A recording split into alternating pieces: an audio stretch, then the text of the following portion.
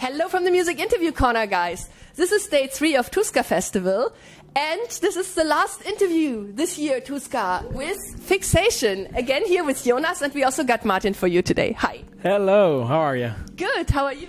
I'm good. How did it feel for you to play at Tuska today? It was so good. It was awesome. Really like a rush of energy today. It was awesome. Felt really good. Cool. Yeah, we had a blast. Weather was great. It was hot as hell, to be honest with you. But we had a great time. We felt great, to be honest. I think this is has to be on our top list of shows we ever played, to be honest. Speaking for me, of course. I agree. And you know, Friday it was even hotter than today. So you're lucky that you played today. Very glad, very glad.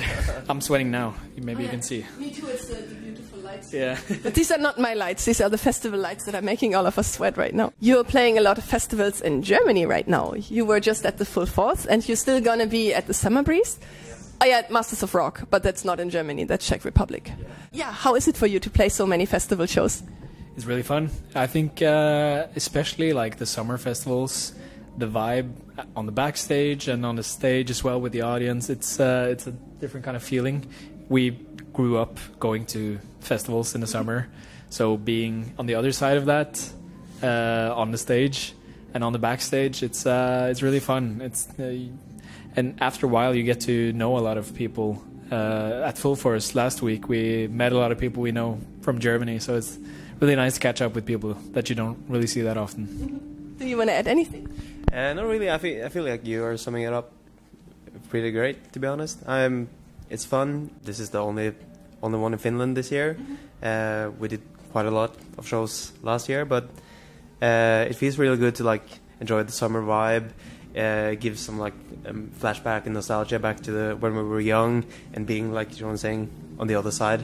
Yeah, it's a great feeling, and the energy is here at Tuska is super great. So yeah, really enjoying it so far, and looking forward to watch some other bands this evening as well. Yeah. Cool, and we discussed that last time already, but now I can ask Martin too, because the thing is, last time we talked about your first album, your debut album, and your journey is going so quick. You're also getting already into the really big festivals. How does it feel for you to have like such big success so early on? It's quite surreal, to be honest. It's like you're saying, it's going super fast, and it's hard to like grasp at the same time. But yeah, I don't know what to say, to be honest. We're putting out music, doing our best, and yeah, we've been writing a lot of new songs and have some upcoming releases as we speak, and we've actually been finishing up some new stuff as we're speaking. So being here and doing the shows feels like a cool celebration for wrapping up new music and like a new era somehow. Do you want to add anything? I feel like it goes. I think it looks like it goes fast as well, but you know. But you work hard, of course. Yeah, and it's been we've done this band since we were like in high school. So we were like 15 maybe when we started it, and it's always been the mentality of it's gonna be something one day. So and now it is. Yeah, so we can't quit just yet until something happens, and now it feels like everything's rolling in the right direction, so it's really good. Speaking of success, in January you were nominated in 2 categories at the Norwegian Publisher Awards, and it was Breakthrough of the Year and Song of the Year for Ignore the Disarray. How did that feel? That's not something we expected from Norway, to be honest. It's metal is not a big genre in Norway.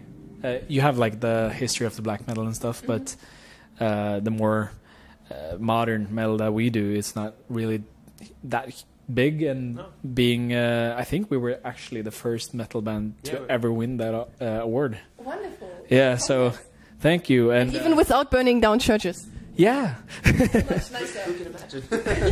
But we might have done it. Nobody knows. Oh, no. Scratch that. No. We're kind people. Yeah. Yeah, I know you seem very No, you would burn down churches. of course not. You don't have to.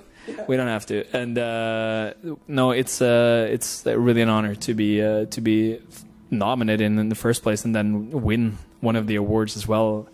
Never expected that. But they started like summarizing the history of the winner, and we're like, isn't that us? That's us. Yeah, they were like talking about like, they've done several shows in the whole of Europe and blah blah blah blah blah, and the whole album and everything in this 1 year, and we were like, but that's us. Yeah.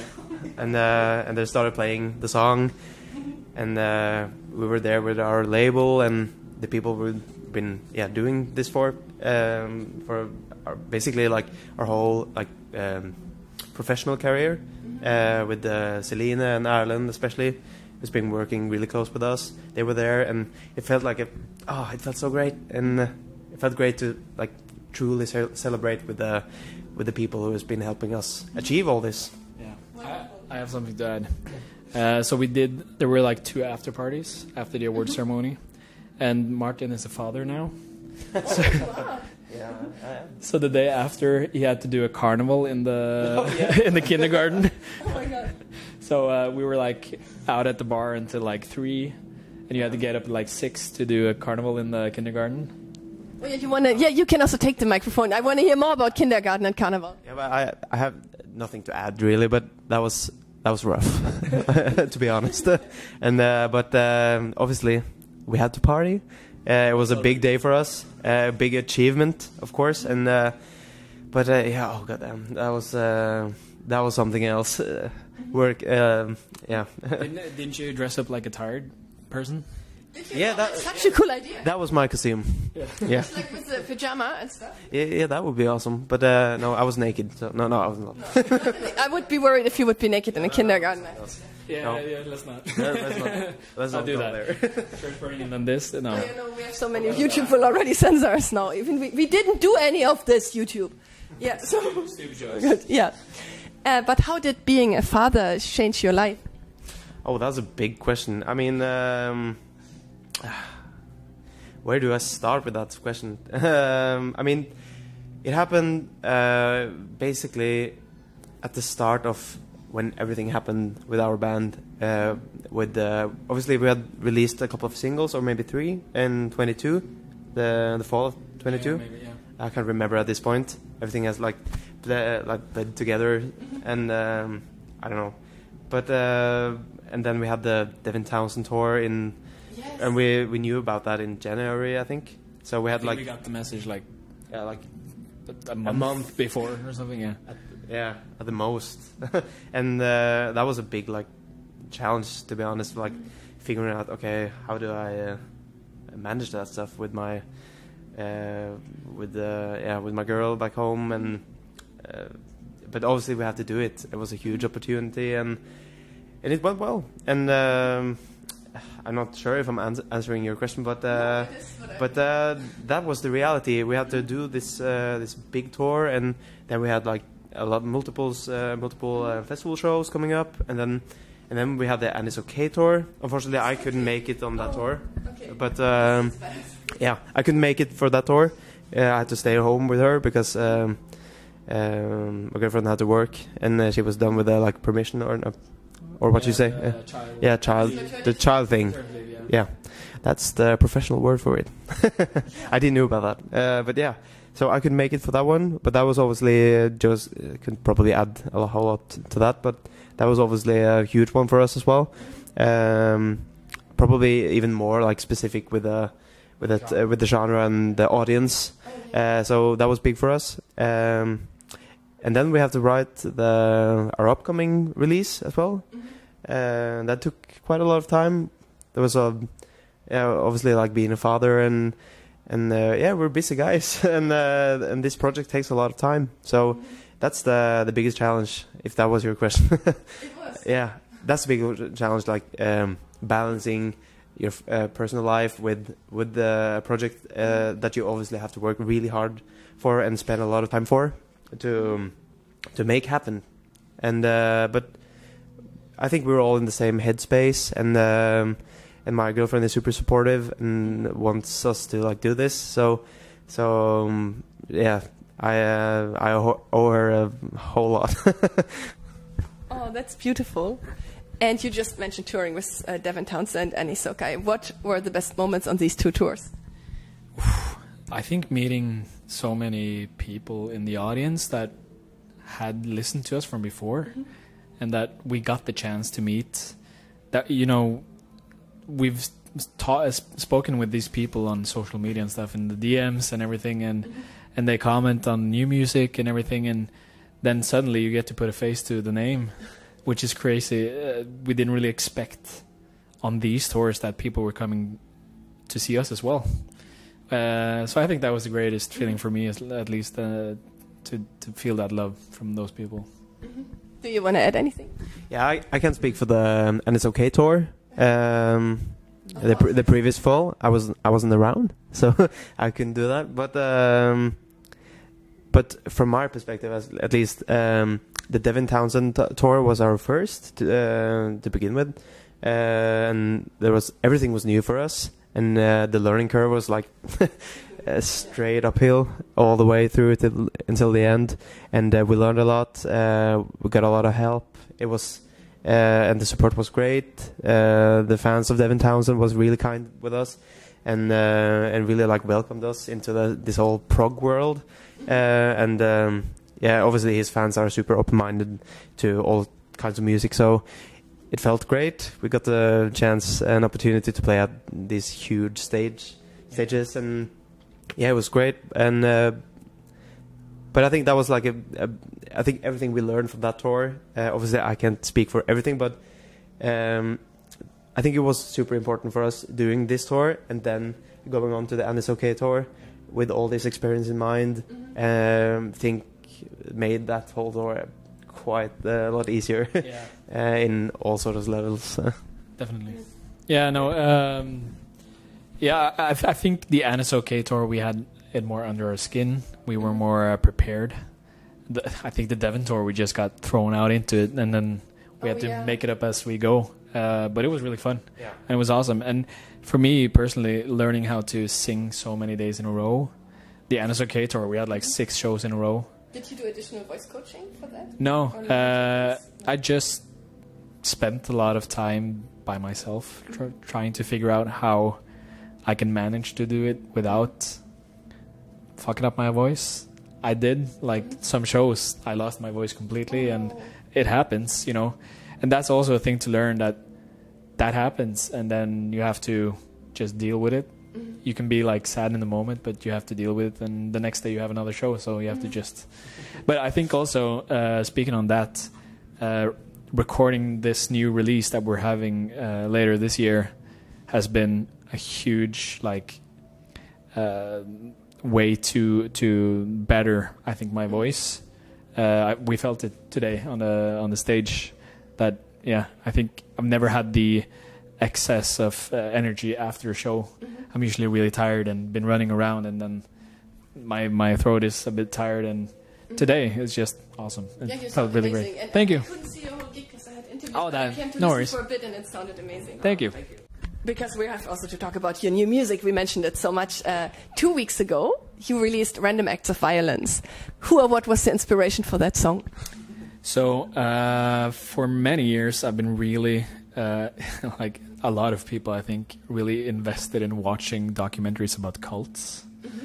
I think it's really fascinating to see, like, the psychological aspect of people that are willing to, like, give up everything that they know to join or to follow this sort of self-proclaimed prophet. For me, it's really fascinating to watch and to see how far people will go if someone with a lot of charisma tells them to do it. So this whole release that we're having is about cults.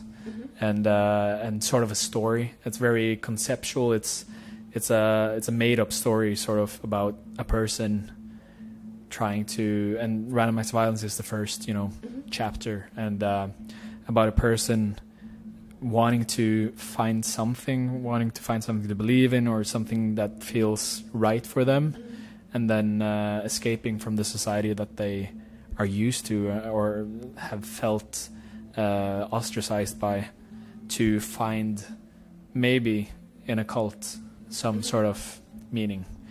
And later on in the EP, I'm not sure if I'm going to spoil everything. How much? Yeah, I'm already asking how much can you tell us already about your new EP? So it's like a concept EP. Yes, yeah. And yeah, the story is sort of a sad one, but I think that's kind of cool. A lot of stories have happy endings. And if it's about cults, it's probably sad by nature. It doesn't really have a happy ending, but it's really, I think it's interesting to write that way, especially in this genre. It makes it more, and that's also something that we've been having really fun doing, is making a bit more aggressive music.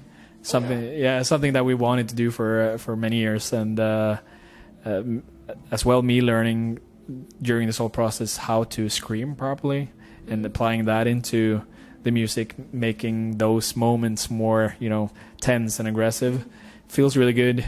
So the story sort of had to end that way, but it didn't really start that way. It during like writing the lyrics, it ended up having a sad ending. And how many tracks will there be on the EP? Can you reveal that already on an approximate release date, or is it all still secret? Can we? I'm not sure. I don't know, but We can also cut it out later if you later discover that it was too secret.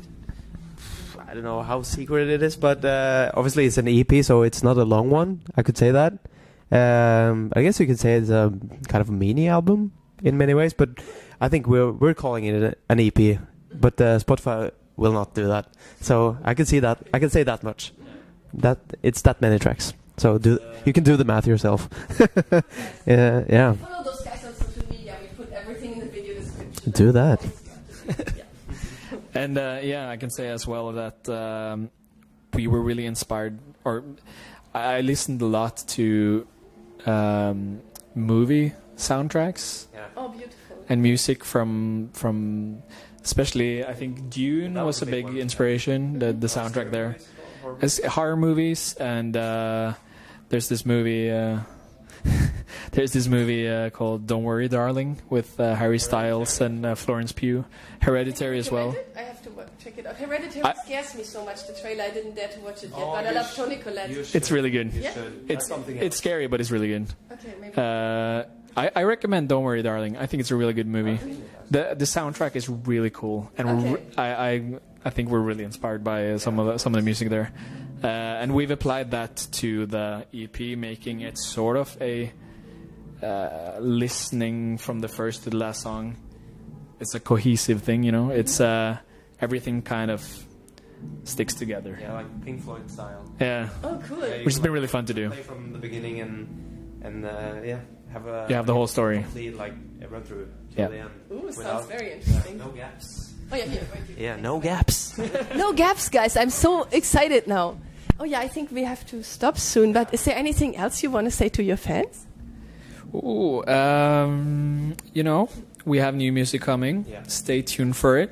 I think it's our best work yet, personally, and show people love. That's the most beautiful. important thing. Yeah. You want to add anything, Matt? Yo, check us out on social media. Watch out for new music, and yeah, see you guys on the road. Then thank you so much for taking time for the interview. Very nice to see you again. Likewise, and goodbye from the Music Interview Corner. Woo!